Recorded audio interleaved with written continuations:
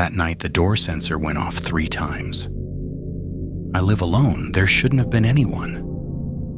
The rain was falling without end, whispering against the windows, thin as breath. The house was dark, the air heavy with damp wood and something metallic. I could hear the roof leaking again, drops landing on the floor in slow rhythm. I turned on my phone. The app showed. Motion detected. Front door. I opened the live feed. The porch was empty. Rain shimmered on the lens. The camera light blinked once, then steadied. I waited, staring. No movement. Just the faint sway of the wind chime, the same one I took down months ago. I checked the time, 1:47 a.m., then the sound again. A tiny electronic click, followed by silence so deep I could hear the blood in my ears. The second alert appeared. Motion detected. I froze. I turned my head toward the hallway. Every light was off, but there was a dim glow seeping from the cracks beneath the living room door. I hadn't left any lights on. My throat tightened. I opened the door slowly. The glow was coming from the television, flickering between static and black. I unplugged it. The screen went dark. The glow stayed. It pulsed once, faintly from the reflection on the glass cabinet across the room. I stepped closer. The motion sensor beeped for the 3rd time. I called the police. My voice was shaking, but I tried to sound calm. They asked if anyone was inside. I said I didn't know. They told me to check the locks. Stay on the line. A soft scraping sound came from upstairs, something shifting its weight. Then the officer's voice changed, lower now, as if reading something on his screen. Sir, the signal isn't coming from outside your house. It's coming from inside. For a moment, I couldn't understand. Then the line cut, just static. I lowered the phone. The scraping upstairs stopped. I could hear water dripping again, but slower, thicker. I looked at the floor. A wet trail stretched from the base of the staircase to the kitchen. I followed it, each step creaking like it might snap. The air smelled like rust and wet dust. The trail led to the back door. Locked.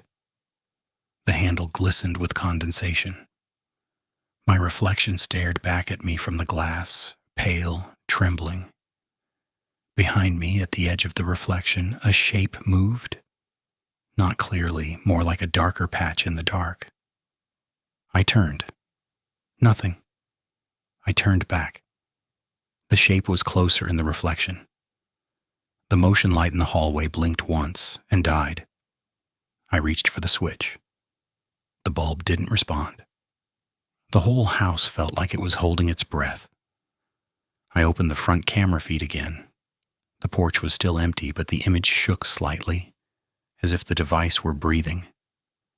Then a second window appeared beside the live view, an interior feed I didn't know existed. The timestamp matched. The angle showed the living room.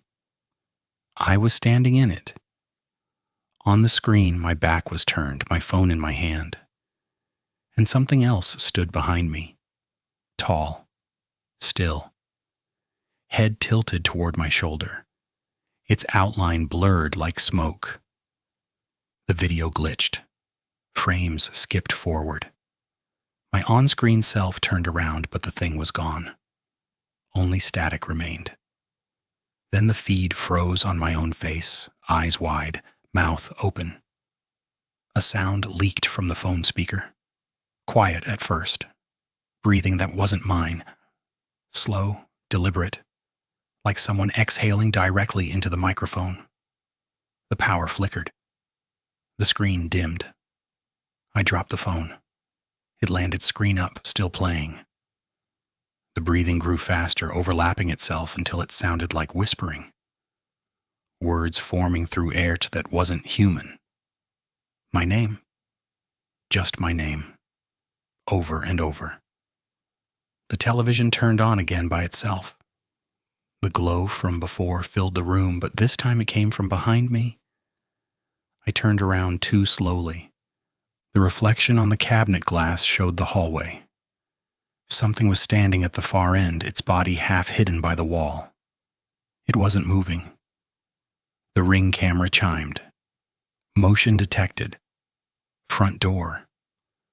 I didn't look away from the reflection. The figure's head began to tilt, bone by bone, until it was upside down. The dripping sound stopped. The entire house fell silent except for the faint hum of the rain outside. The sensor chimed again. Motion detected. Living room. The reflection darkened like ink spreading through water.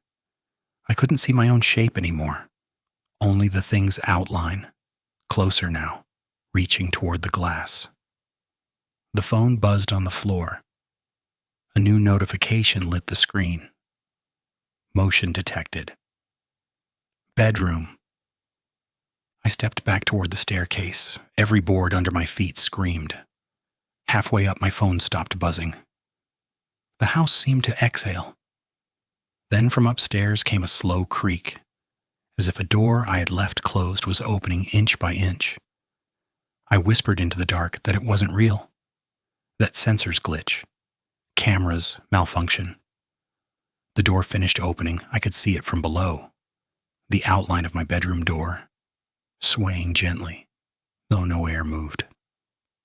Inside, something shuffled, like bare feet across the floorboards.